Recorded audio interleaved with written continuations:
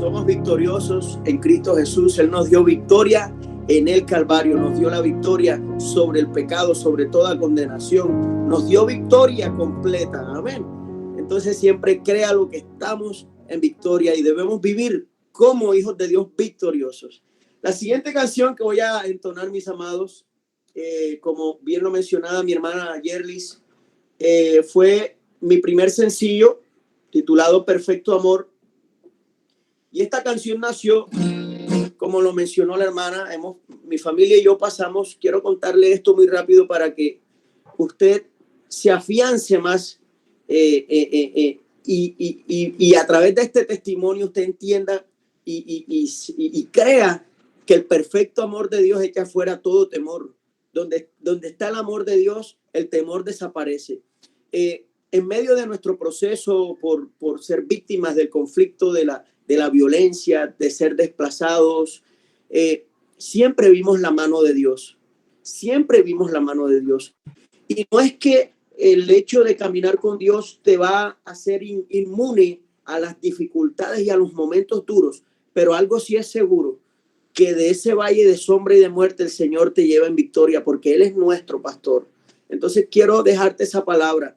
Nosotros recibimos amenazas, no amenazas, cualquier amenaza, amenazas de muerte, nos tomaban fotos, salimos desplazados por la violencia, pero hoy Dios nos ha dado esa victoria.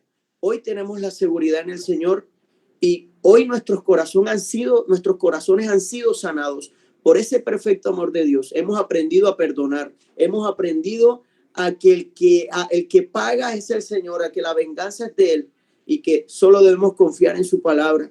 Amén. Entonces esta canción se llama Perfecto Amor y la pueden encontrar en todas las plataformas digitales, en YouTube, en Spotify, en Claro Music, en todas, con Juan Cantillo, Perfecto Amor. La pueden encontrar, pero vamos a cantarla aquí en vivo y esto que dice así.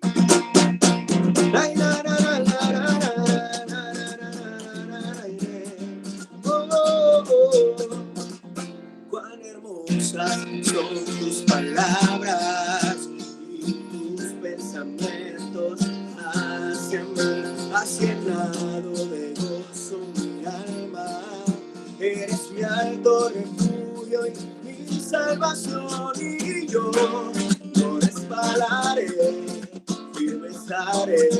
Mi roca eres tú, tu perfecto amor. Venció en mí el temor, tu gracia es suficiente en mi debilidad. Y en medio del dolor, tú me consolarás. En la oscuridad, tu luz me alumbrará. Tú eres siempre fiel, tú permaneces fiel. Dios de lo imposible, nombre alabaré. En medio del dolor, tú me consolarás. En la oscuridad, tu luz me alumbrará. Tú eres siempre fiel, tú permaneces fiel. Dios de lo imposible, nombre alabaré.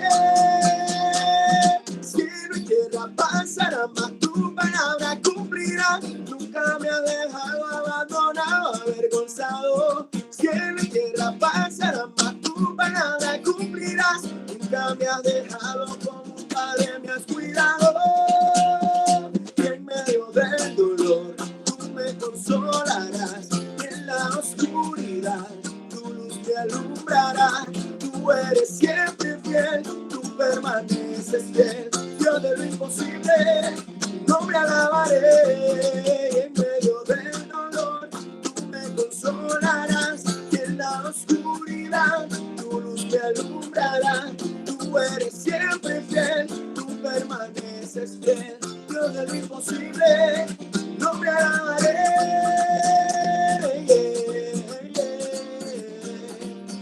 Nombre alabaré, Señor, porque eres bueno.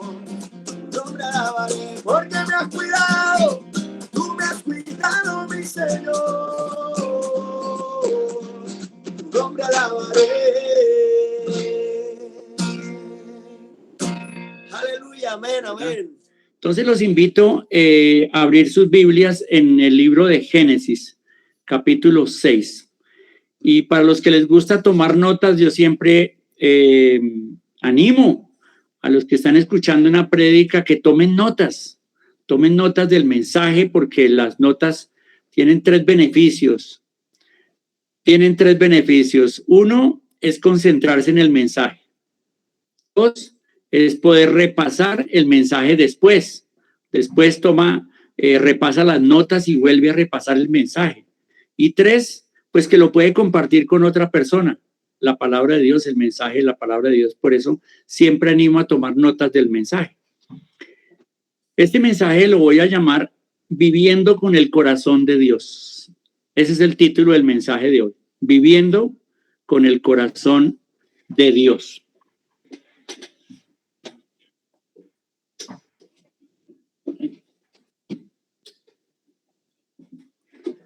Viviendo con el corazón de Dios.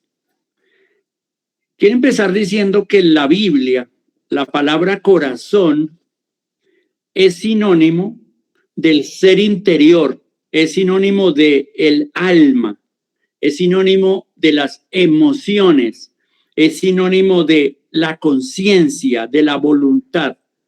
Quiere decir esto que en la Biblia la palabra corazón, especialmente en el hebreo, en el Antiguo Testamento, la palabra hebrea es L-E-B, lev. En su transliteración al español es lev. Esta palabra, según el diccionario Vine, el diccionario de palabras griegas y palabras hebreas, dice que está relacionada la palabra con emociones, corazón, emociones, raciocinio, conciencia, mente, voluntad, ser interior, alma. Es decir, concluyamos el significado. La palabra corazón en la Biblia significa el ser interno, todo mi ser interno, comprendido entre alma, espíritu y mente. Todo mi ser interno está relacionado con el corazón. Y cuando, por ejemplo, la Biblia dice una persona de corazón terco, no está hablando simplemente del corazón, está hablando de la persona, corazón terco, o corazón generoso, ¿verdad? O corazón malo, o corazón recto, o corazón entendido, alguien de corazón entendido, alguien que ama con todo el corazón. Entonces, la palabra corazón, que es la que vamos a estudiar hoy juntos en la palabra de Dios, me habla de que tiene que ver incluido todo el ser de la persona en la palabra corazón. La primera vez que aparece la palabra corazón en la Biblia es en Génesis capítulo 6. Entonces vamos a leer Génesis capítulo 6. Ahora recordemos, en Génesis 6, Dios toma la decisión de destruir a toda la humanidad existente en ese momento. ¿A través de qué? De un diluvio, ¿verdad? Y en el capítulo 6 dice que solamente había un hombre, un varón que era recto, de corazón recto, que era Noé. Y Noé y su familia construyeron un arca. Y por medio de esa arca salvó a su familia. Capítulos 7 y 8 de Génesis menciona cómo fue el diluvio. Capítulo 9 vemos a Noé haciendo un pacto nuevo con Dios. Dios promete no volver a destruir la tierra con agua y promete bendecir. Quiere decir que todos nosotros somos también parte de ese pacto de Noé. Somos la descendencia de Noé que habitamos en esta tierra. Ahora, fíjense lo que el Señor dijo en Génesis capítulo 6, versículo 5. Dice, y vio Jehová que la maldad de los hombres era mucha en la tierra y que todo designio de los pensamientos del corazón de ellos era de continuo solamente el mal. Esta es una descripción de las personas, pero la descripción es hecha con referencia al corazón. Los designios de su corazón eran de continuo el mal. ¿Significa esto? Que realmente la maldad había traspasado todos los límites ¿Será, mis queridos, que se parece un poquito a la época actual? Yo creo que sí, ¿verdad? Yo creo que sí, también porque en el corazón del hombre hay de continuo el mal. Ahora, mira, versículo 6. Es la segunda vez que aparece en la Biblia la palabra corazón, en el versículo 6. Y se arrepintió Jehová de haber hecho hombre en la tierra y le dolió en su corazón. La primera vez que aparece la palabra corazón en la Biblia es con referencia a un corazón malo del hombre. La segunda vez que aparece la palabra corazón es con referencia al dolor que le causa en el corazón de Dios la maldad del hombre. ¿Será que Dios, al ver la humanidad hoy, cómo estará su corazón? Llorando, ¿verdad? Dolido, viendo la condición del hombre actual, le dolerá a Dios el corazón. Dice aquí que Dios se arrepintió de haber hecho hombre y le dolió en su corazón, le dolió en su corazón. Ahora, mi mensaje tiene hoy 3 puntos que se los voy a decir. Esta fue la introducción, pero les voy a dar los 3 puntos que vamos a estudiar. El primero es la condición del corazón del hombre. La condición del corazón del hombre. El segundo es la necesidad de un nuevo corazón. Y el tercero es la realidad de un corazón nuevo. Esos son los 3 puntos que vamos a estudiar en esta tarde. Empecemos con el primer punto, condición del corazón del hombre.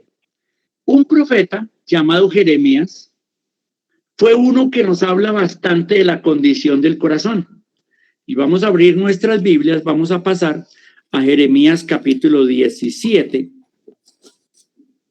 Jeremías capítulo 17. Jeremías es un profeta que vivió más o menos en el año 600 antes de Cristo. Año 600 antes de Cristo. Jeremías fue un profeta que denunció la maldad, la idolatría, la infidelidad y todos los pecados sociales posibles dentro del pueblo de Israel. Él los denunció, hablaba en contra, y eso le costó que fuera llevado inclusive a la cárcel. El mismo rey ordenó llevarlo a la cárcel porque él predicaba en contra de los pecados sociales, los pecados personales y los pecados espirituales de la nación. Entonces encontramos en el capítulo 17, versículo 1, lo siguiente. Leemos así. El pecado de Judá escrito está con cincel de hierro y con punta de diamante. Esculpido está en la tabla de su corazón y en los cuernos de sus altares. Qué descripción tan tremenda que hace el profeta Jeremías. Hace una descripción muy tremenda acerca de la condición del corazón del hombre. Dice aquí que el pecado está esculpido en la tabla del corazón. Entonces, esculpir es esa tarea que hace un artista, ¿verdad? En la piedra. Esculpirlo, pega la piedra y va esculpiendo la imagen que quiere. Pero acá entonces dice que lo que está esculpido en el corazón del pueblo, ¿qué es? El pecado. El pecado está tan profundo. Y mire que dice que incluso está esculpido con cincel de hierro y con punta de diamante. Se dice que el diamante es la piedra más dura que existe en el planeta. Es muy difícil romperla. Y se puede con la punta de diamante hacer cincelar cualquier cosa. Y dice así, el profeta dice, como con punta de diamante está el pecado en el corazón de este pueblo, en el corazón de este pueblo. Qué tremenda descripción, ¿verdad? Qué tremenda descripción. Ahora pasamos al versículo 9, que es un versículo bastante conocido, bastante mencionado. Jeremías 17:9. ¿Qué dice? Engañoso es el corazón más que todas las cosas y perverso. ¿Quién lo conocerá? ¡Wow! Esa es una descripción muy fuerte del corazón del hombre. Engañoso, pero no engañoso en un nivel pequeño, engañoso más que todas las cosas. No solamente engañoso, sino perverso. Y dice, ¿quién lo conocerá?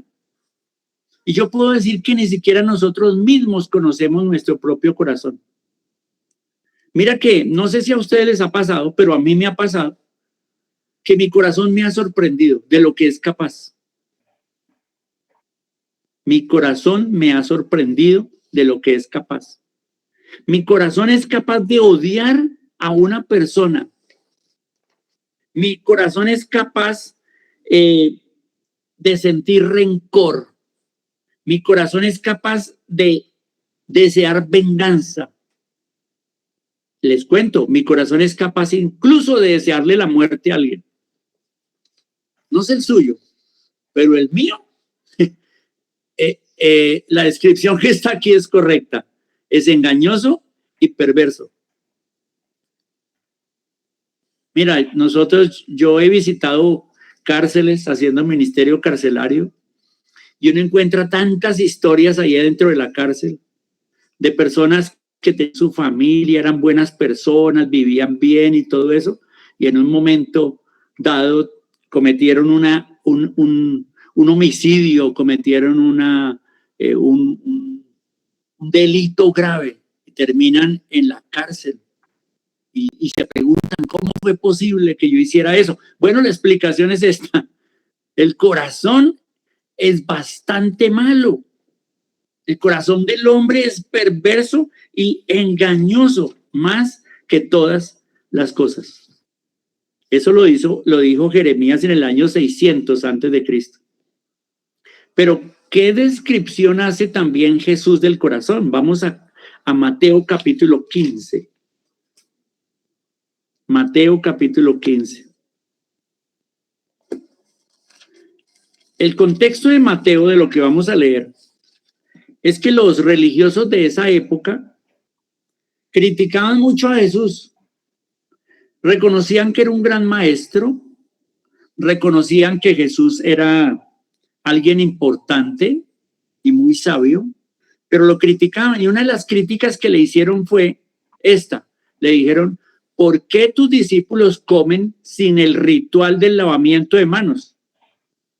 No es como la mamá que le dice al niño, vaya mijito, se baña las manos antes de comer porque las tiene muy sucias. No está hablando de eso, de limpiarse y lavarse las manos para ir a comer. No, está hablando de un ritual que hacían los judíos y que los fariseos lo enseñaban, que era un ritual de lavar las manos para purificar las manos ceremonialmente, y con eso sí podían comer la comida para que la comida fuera de bendición, según ellos. Entonces, wow, se escandalizan porque Jesús permite que sus discípulos coman sin hacer el ritual del lavamiento. Y esto es lo que Jesús les responde en Mateo capítulo 15, versículos 16. Les dice, ¿también vosotros sois aún sin entendimiento? ¿No entendéis que todo lo que entra en la boca va al vientre y es echado en la letrina? Pero lo que sale de la boca, del corazón sale, y esto contamina al hombre, porque del corazón salen los malos pensamientos, los homicidios, los adulterios, las fornicaciones, los hurtos, los chismes, o sea, los falsos testimonios, las blasfemias. Estas cosas, dice Jesús, son las que contaminan al hombre, pero el comer con las manos sin lavar no contamina al hombre. ¡Ja! Esto sí fue tremendo. Jesús lo que está diciendo, miren, las ritualidades externas no limpian el corazón. lo ritual, la religión externa y los ritos externos jamás limpiarán el corazón. No pueden. Y Jesús lo que dice, mire, el corazón, y usa una expresión muy fuerte, el corazón contamina. ¿Por qué contamina? Porque está contaminado. Llevamos 2 años en esta pandemia y pues nos acordamos en los días en que uno le decían que fulano está infectado con el COVID y ¿qué hacía uno? Ahí mismo se retiraba, ¿verdad? Porque no quería contaminarse. Y el que estaba contaminado con COVID, ¿qué le tocaba hacer? Aislarse. Bueno, si Jesús tiene razón y nuestro corazón está contaminado, creo que deberíamos aislarnos todos para no contaminar a los otros, ¿verdad? ¿Qué descripción? Esta es una descripción muy fuerte de Jesús. Dice que de lo que sale en nuestra boca viene de lo que hay en nuestro corazón. De la abundancia del corazón ahora habla la boca. Otra expresión que Jesús usó. Pero dice que del corazón sale toda esta lista que él hizo. Claro, la lista es más larga, pero puso estos ejemplos de lo que sale del corazón del hombre. El 3 de diciembre de 1967, el doctor Bertrand hizo por primera vez en Sudáfrica un trasplante de corazón. 3 de diciembre de 1967. Yo tenía 7 años. No sé cuántos tenía usted o si todavía no había nacido, no lo sé. Pero en el 1967 se hizo el primer trasplante de corazón. Lo interesante de este primer trasplante de corazón es que se le trasplantó el corazón de una mujer a un hombre. Claro, la persona no duró mucho, duró 2-3 días, a los 2-3 días murió, pero fíjese que no murió del corazón, de lo cual iba a morir. Murió por una neumonía que le dio y una infección, y se murió. Al año siguiente, bueno, de ahí para adelante se han venido haciendo cientos, miles, si se quiere, de trasplantes de corazón. Uno interesante es que al año siguiente en Sudáfrica, el doctor Bertrand hizo otro trasplante, pero fue muy interesante, porque fue de un hombre de color que había muerto y se lo puso a un hombre de piel blanca. Y obviamente en Sudáfrica, con el apartheid, con que los negros no se juntaban con los blancos, los de piel oscura no se juntaban con los de piel clara, pues eso fue un mensaje tremendo, ponerle el corazón de una persona de color en una persona. Y de ahí para acá se han venido haciendo muchos trasplantes de corazón. Entonces ahí voy a mi segundo punto del mensaje, y es la necesidad de un nuevo corazón. En el Salmo 51, conocido porque fue escrito por David cuando pecó contra Dios, se arrepintió y escribió este salmo. El pecado de David fue grande, ¿verdad? Y fueron muchos pecados al tiempo. David, primero el pecado de la pereza, y no se fue a la guerra, se quedó en la casa. Después el pecado de la lujuria, porque vio una mujer desnuda y la deseó. Después el pecado del adulterio, porque la mandó traer y se acostó con ella.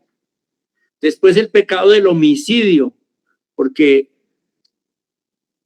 buscó cómo muriera el esposo cuando se enteró que ella estaba embarazada. Y después el pecado de la mentira, porque duró un tiempo tapando todo hasta que el profeta vino con palabra de Dios y lo evidenció el pecado. Esto también nos enseña que casi nunca un pecado es un pecado. Un pecado trae un sinnúmero, una cascada de pecados, ¿verdad? A menos que cuando pequemos confesemos el pecado y lo arreglemos, lo confrontemos, entonces evitamos una cascada de pecados. El salmista David escribió el Salmo 51. Y la oración o la súplica, el clamor en el versículo 10 del Salmo 51 fue esta. El salmista suplicó a Dios y dijo: crea en mí, oh Dios, un corazón puro. O sea que el salmista luchaba porque su corazón realmente fuera puro. Él no deseaba pecar contra Dios, porque sabemos que David fue llamado el hombre conforme al corazón de Dios. Pero el salmista decía: crea en mí, oh Dios, un corazón puro, un corazón limpio, un corazón nuevo. Y volviendo al profeta Jeremías, el Señor le prometió al pueblo un corazón nuevo. Leámoslo en Jeremías capítulo 31. Jeremías capítulo 31, versículo 31. Espero que estén tomando nota de todo esto para que después vuelvan a repasar y a estudiar con más tranquilidad en su casa estos pasajes y estas meditaciones. Entonces dice el Salmo Jeremías capítulo 31, versículo 31. Dice así el Señor, hablándole al pueblo de Israel: he aquí vienen días, dice Jehová, en los cuales haré nuevo pacto con la casa de Israel y con la casa de Judá. No como el pacto que hice con sus padres el día que tomé su mano para sacarlos de la tierra de Egipto, porque ellos invalidaron mi pacto, aunque fui yo un marido para ellos, dice Jehová.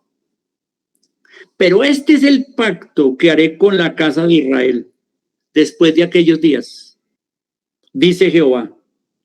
Daré mi ley en su mente y la escribiré en su corazón, y yo seré a ellos por Dios y ellos me serán por pueblo. ¡Wow! ¡Qué espectacular promesa al pueblo de Israel!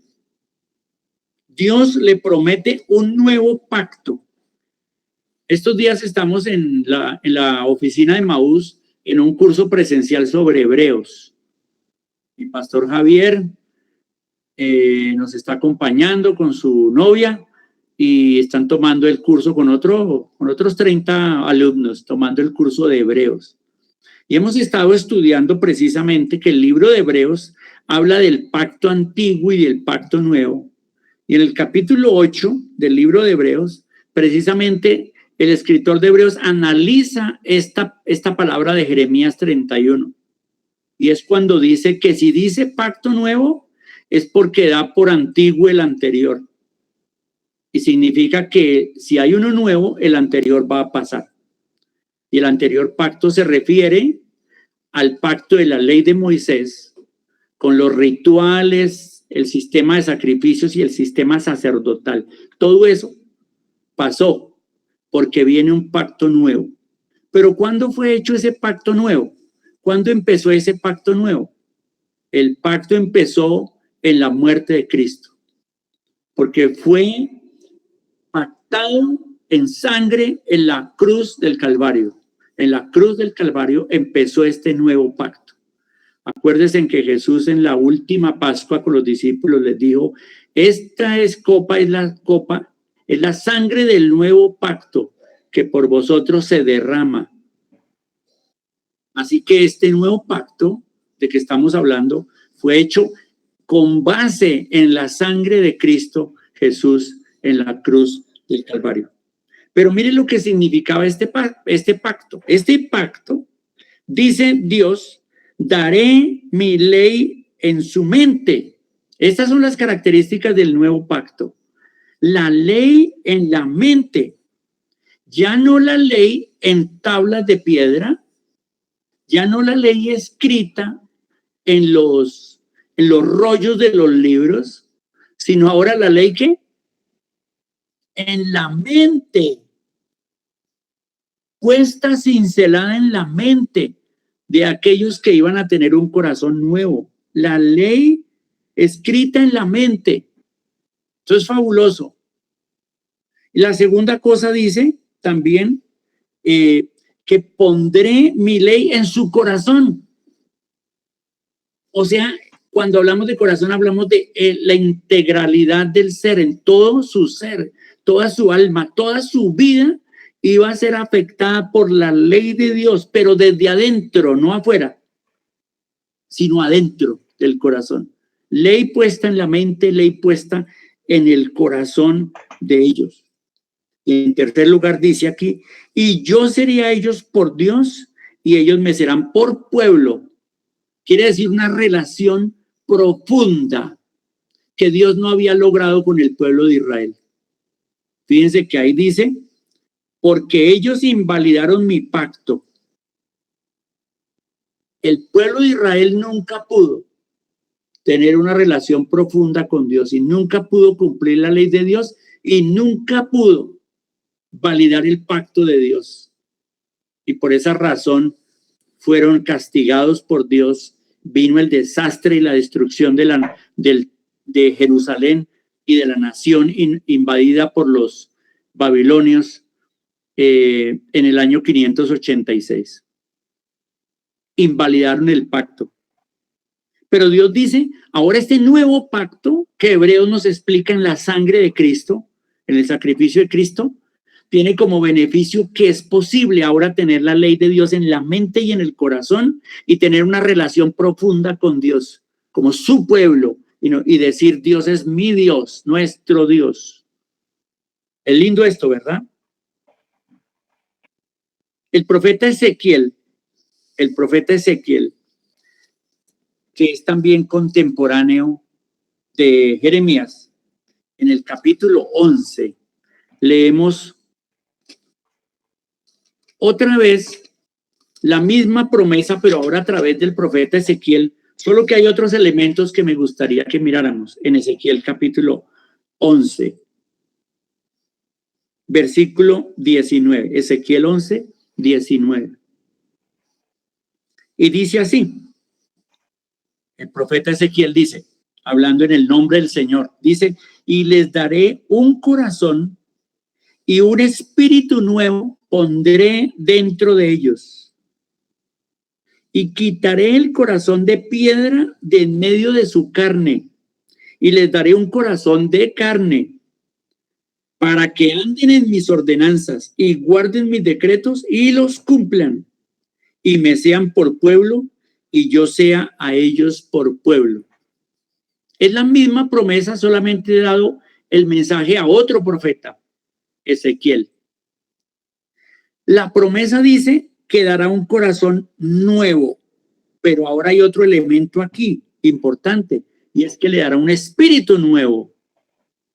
Y aquí no se refiere al Espíritu Santo, sino se refiere a un espíritu nuevo dentro del ser, a un espíritu nuevo dentro de la vida de la persona, un corazón y un espíritu nuevo dentro de ellos. Y otra cosa que dice es que va a cambiar el corazón de piedra en un corazón de carne. Fíjense que ahora el profeta nos dice que Dios dice que el corazón del hombre es un corazón de piedra. ¿Qué significa que es un corazón de piedra? Cuando se nos dice corazón de piedra, ¿qué se nos viene a la mente inmediatamente? Cuando pensamos en alguien con corazón de piedra. ¿No es cierto que lo primero que pensamos es una persona insensible? En este caso, insensible a las cosas espirituales, a Dios y su palabra y al mundo espiritual. También un corazón de piedra describe a una persona alejada de Dios, no tiene relación con Dios. Una persona dura frente a la palabra de Dios, que no la recibe, no la quiere, no la acepta, no la ama. Eso es una persona con corazón duro. Y además está la persona con corazón de piedra, está acomodada al pecado y no le importa la vida de pecado que lleva. Eso es una persona con corazón de piedra. Noten que esta acusación de Dios de que tenían un corazón de piedra se la hace ¿a quiénes? ¿A una nación gentil? ¿A una nación pagana llena de ídolos? No, ¿no es cierto? ¿Se la hace a quién? Al propio pueblo de Dios que conocía la ley, que había visto maravillas de Dios, que sabía lo que había pasado con sus padres en la antigüedad. Tenían conocimiento de Dios, pero tenían corazón duro. Y yo sospecho que hay gente yendo a iglesias cristianas en esta misma condición. Van y escuchan la palabra de Dios, pero sus corazones son corazones duros, insensibles a las realidades espirituales, porque salen de allí, del culto, y viven una vida diferente afuera. Su realidad espiritual es otra. Es otra. Y voy para mi tercer punto. Entonces repasemos. Primer punto, la condición del corazón del hombre. ¿Cómo es? Está contaminado. Es perverso. Es engañoso. Tiene una capacidad increíble de pecar. Segundo punto, necesitamos un nuevo corazón. Dios prometió dar un nuevo corazón. Dios prometió poner la ley en la mente y en el corazón. Dios prometió un espíritu nuevo, una nueva manera de pensar, una nueva manera de hacer, diferente a los que son duros de corazón como la piedra. Entonces, el tercer punto del mensaje es la realidad de un nuevo corazón. ¿Cómo es posible que lleguemos a tener un corazón nuevo? ¿Cómo es posible? Es posible solo con base en la obra de Cristo en la cruz, ya que el pacto se validó y se inició y se inauguró en la obra de Cristo. Ese pacto nace en nuestros corazones también en el mismo sitio, en la cruz de Cristo. Nace en la sangre de Cristo. Y eso significa nuestra conversión. Cuando hemos venido a Cristo, cuando una persona viene a Cristo y confiesa sus pecados y reconoce su pecado y su condición y recibe a Cristo y recibe la salvación y recibe el perdón de pecados, esto es lo que llamamos la conversión. ¿Y qué es lo que pasa el día de la conversión o la época de la conversión? Porque para algunos llegar a la conversión verdadera posiblemente sea un proceso hasta el momento del nacimiento nuevo.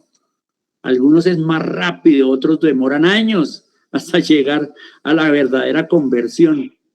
He escuchado a tantas personas decir, mire, yo asistí a la iglesia por tantos años, pero yo no había nacido de nuevo, no era un verdadero creyente. Y tal día, en tal situación, realmente recibí a Cristo y empecé a ver cambios en mi vida. Y esto es lo que la conversión verdadera produce, basado en el pacto y en la promesa de Dios, de un corazón nuevo. Dice Romanos capítulo 5, versículo 5, un versículo también bastante famoso, bastante conocido, bastante compartido. Precisamente estos versículos que son bastante compartidos y conocidos son porque son versículos claves, traen verdades muy importantes. Y eso es lo que tiene Romanos 5:5. Dice, y la esperanza no avergüenza, porque el amor de Dios ha sido derramado en nuestros corazones por el Espíritu Santo que nos fue dado.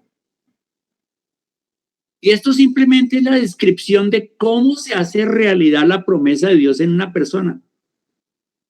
Y es cuando el Espíritu Santo entra a morar, dice aquí que nos fue dado, entra a morar a la persona.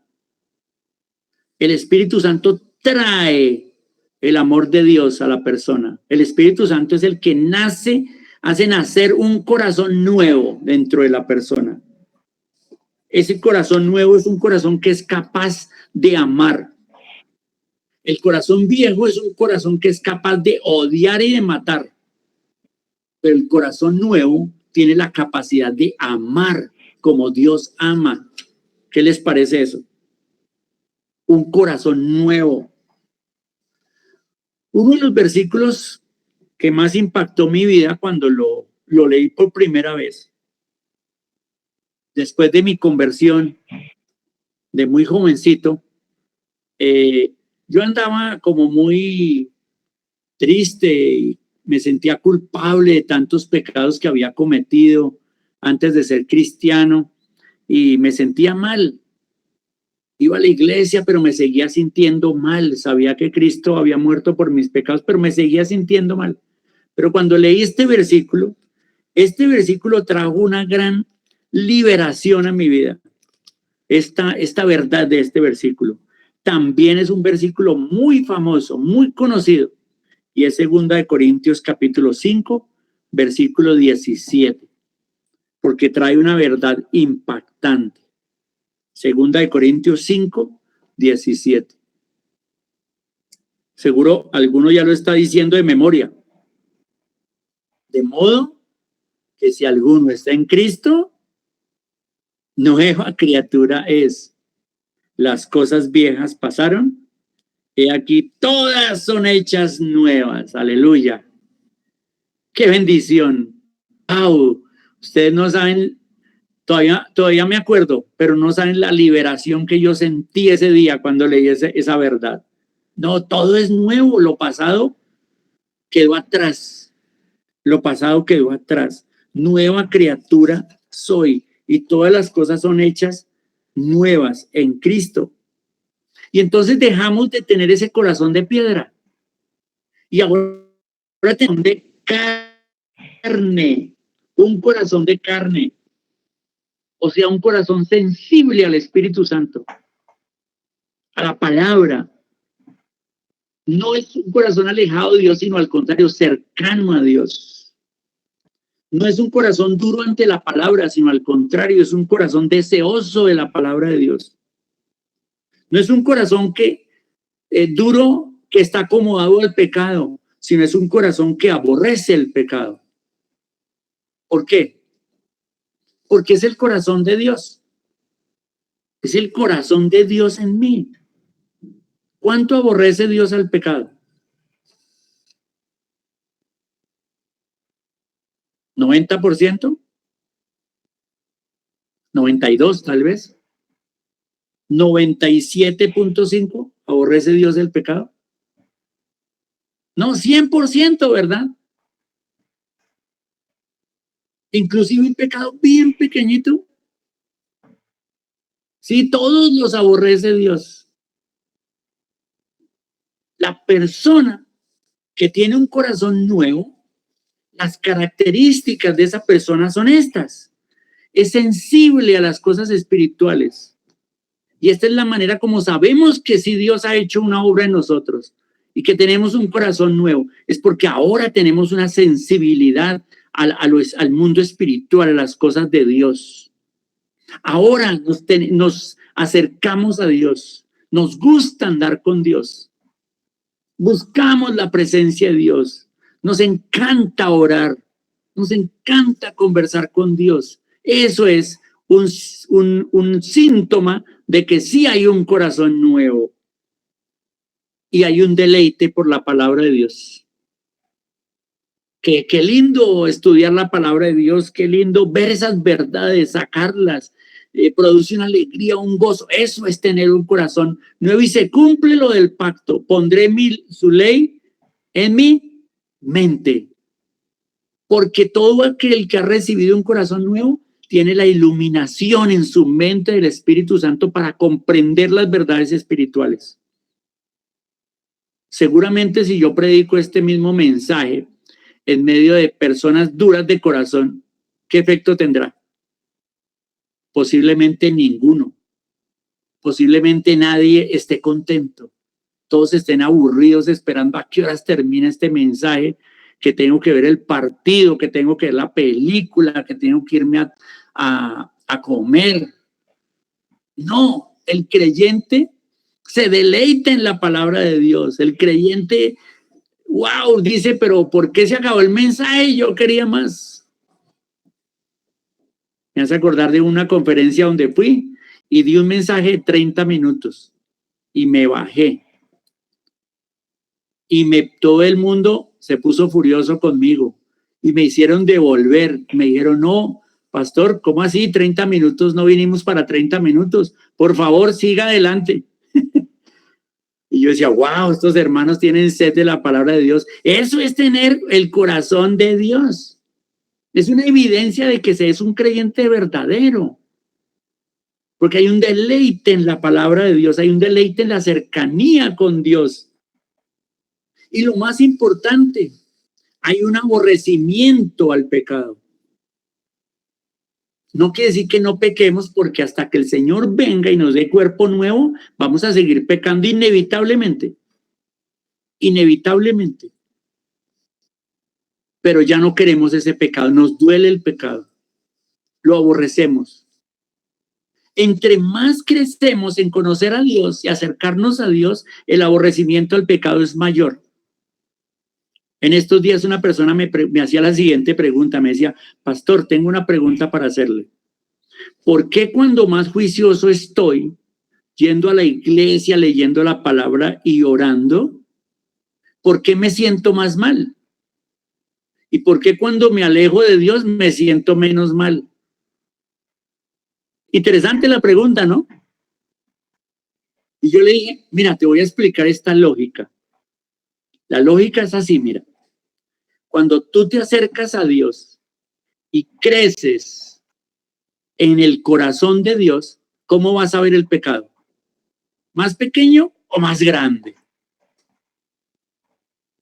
¿Más pasajero o más horrible? Y entre más uno se acerca a Dios, se hace más consciente de lo horrible del pecado y se siente mal. Entonces, si tú te sientes mal por tu pecado, gloria a Dios, es una evidencia de que tienes el corazón de Dios. Pero cuando uno se aleja de Dios, pues el pecado pierde importancia. Pierde importancia. Y como pierde importancia, ya no me duele tanto el pecado y no me siento tan mal. Esa es la explicación sencilla de lo que esa persona me preguntó esta semana. Interesante, ¿verdad? Pero qué lindo es poder saber que tenemos un corazón nuevo. Obviamente el dilema, y ese sería ya otra enseñanza, otra segunda parte de este mensaje. El dilema es que ahora tenemos dos corazones. El corazón humano, que es pecaminoso al 100%.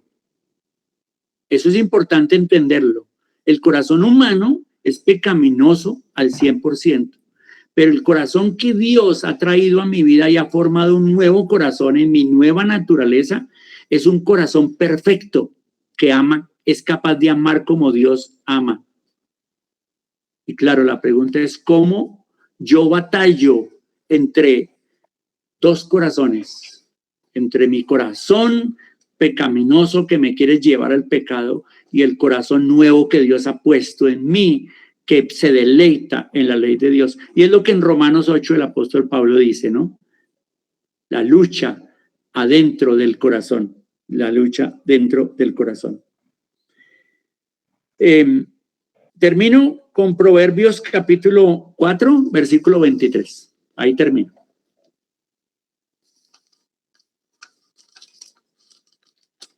Pues aquí no les puedo ver la cara, pero a mí siempre me gusta ver la cara de los oyentes cuando yo digo, bueno, hermanos, con esto termino. Y miro a ver qué actitud tienen, sí, a ver qué dicen. Algunos dicen, uy, siquiera se acabó esto. Y otros dicen, no, qué lástima. Bueno, Proverbios 4:23. Proverbios 4:23, Alma, gracias. Proverbios 4:23. Con esto termino. Este versículo tan impactante en Proverbios 4:23. Mira lo que dice, sobre toda cosa guardada, guarda tu corazón, porque de él mana la vida. ¡Wow! De lo que tengas en tu corazón mana la vida. Por eso el corazón hay que cuidarlo. Hay que llenarlo con la palabra de Dios. Hay que llenarlo con el amor y el corazón de Dios. Por eso los invito a tener más tiempo de oración. Los invito a tener más tiempo de estudio bíblico. Ojalá con los cursos en Maús. No, mentiras, con cualquier curso, no importa. Pero estudiar la palabra de Dios es lo importante. Pasar más tiempo, llenar la mente y el corazón con la palabra de Dios, con el corazón de Dios. Sobre toda cosa guardada, guarda tu corazón, porque de él mana la vida. Mis queridos, que me siento muy privilegiado de poder compartir la palabra de Dios con ustedes hoy en este aniversario número 1 de esta linda iglesia, y les agradezco mucho, mis hermanos, el darme el privilegio de ser ustedes mis oyentes y de poder recibir este mensaje, que espero que lo hayan tomado nota y que después tengan el tiempito en esta semana para profundizar un poco más en estos conceptos, en estas verdades, en estas tremendas realidades espirituales. El Señor les bendiga, les envío un tremendo saludo. Mi esposa y yo, mis hijos, les mandamos un saludo muy especial para todos ustedes y una felicitación en este aniversario.